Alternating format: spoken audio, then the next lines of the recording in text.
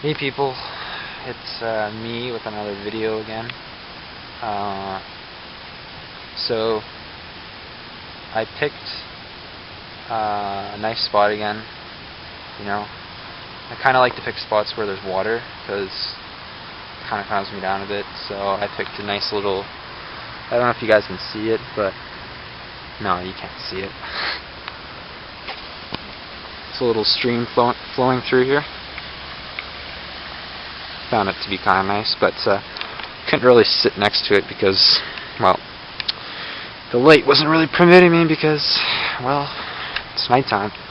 So, yeah. Anyway, I guess this is the closest I can get to it.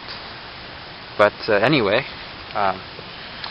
yeah. So this is going to be my second video.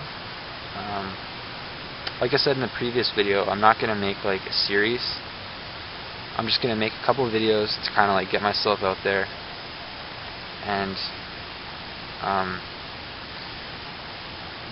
do that, and once I get into therapy I might post like some updates on how that's going and whatnot. So yeah, so last video I kind of briefly just went over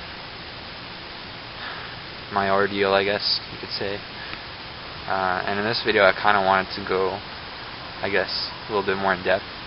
Well, obviously, I mean, what else can I talk about? So I'm going to do that. So I guess without further ado, before I get into it though, I need to ask you guys a question, and because I'm looking for a therapist, you know, a psychologist or something like that. I've been looking around town, and I want to know from you guys, from experience, what price range is sort of the ideal. Like, I've been looking at some therapists, and their rates kind of fluctuate. I'm not sure if that has to do with experience or the type of treatment they use, but I just kind of want to know from you guys what you have to say about that. Like there's one psychologist I've been looking at. She does cognitive behavioral therapy, and her rates go for like, it's $100 and something for every session. So is that a good deal? You know, what should I be looking for? You know, just post your comments on that. It'd be really appreciated. But yeah, without further ado, I guess I'll kind of go into my experience with this social anxiety, kind of how I sort of am today, and how I got today. So, oh man, I don't know how to start it off. I know I have to start from the beginning. So, okay. So, when I was growing up, I was a pretty quiet kid growing up. You know, some of my earliest memories are centered around, you know, my family, my friends kind of telling me I'm quiet and whatnot. And it didn't really bother me at the time as much, because although I was shy, like with most shy people who don't suffer from like social anxiety, like shyness, you can kind of like wear through it. Like most people, I would say every person out there who encounters a social situation with like unfamiliar sort of people, they probably have like some anxiety, right? But as time goes on, it kind of wears off and they get comfortable. So, you know, I was kind of okay as a young kid growing up. I had lots of friends, and although I was shy, it didn't really seem to bother them too much. Like, it was kind of it was more accepted back then when I was a kid. So as I was growing up, I think it was still kind of, it was still present, of course.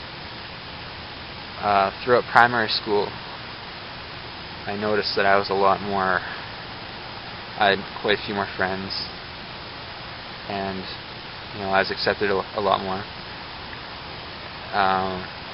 But then once I got to middle school, the change of setting and just the new experience, I think that was kind of the beginning of it all.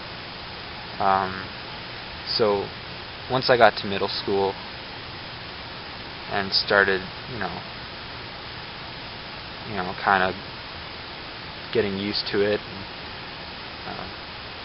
it was really difficult because I didn't I went to a school where a lot of my friends, they kind of dissipated and they went to different schools around town, stuff like that. So I had to meet some new friends, and that was really hard.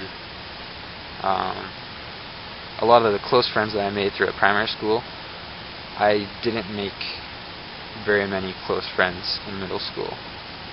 So the first year it was kind of difficult. I would say that